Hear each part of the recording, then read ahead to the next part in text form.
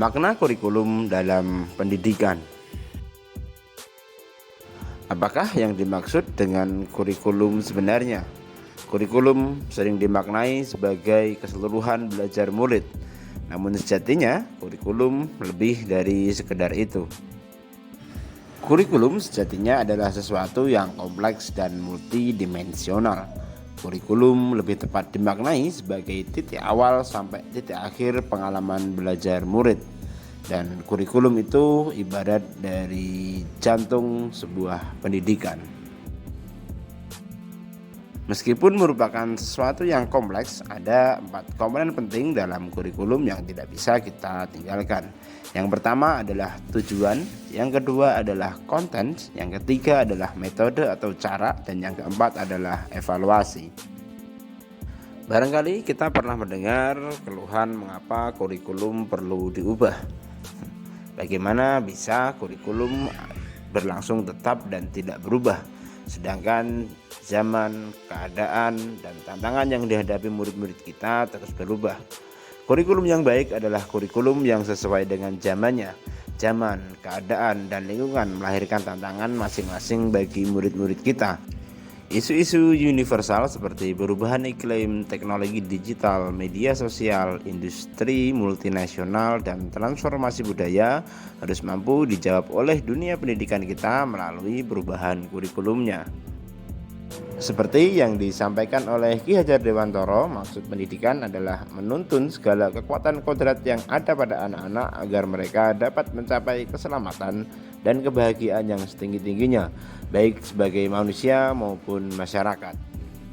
Karena itulah kurikulum perlu berubah untuk membantu murid kita melewati tantangan zamannya masing-masing.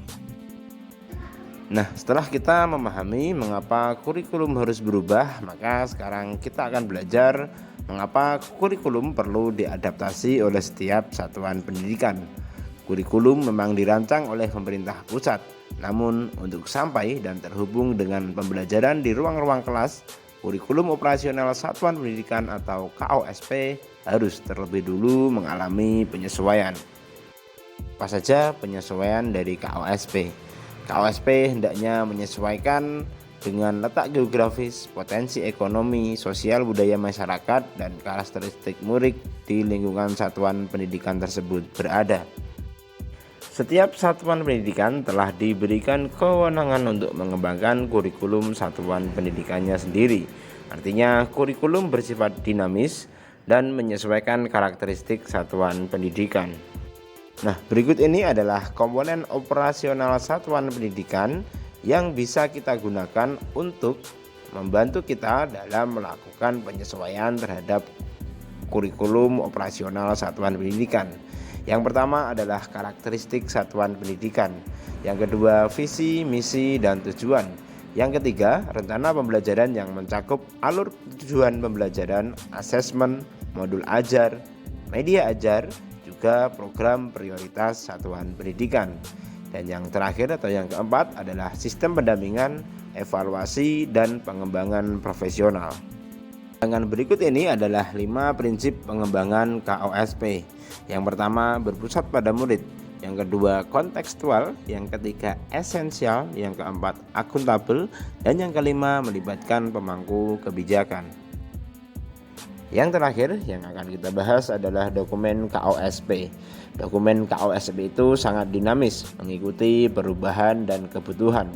Dokumen ini dapat diperbaiki secara berkesinambungan, menjadi referensi dalam keseharian dan dapat direfleksi dan terus dikembangkan. Demikian sedikit pembahasan kami tentang kurikulum dan terima kasih sudah menonton.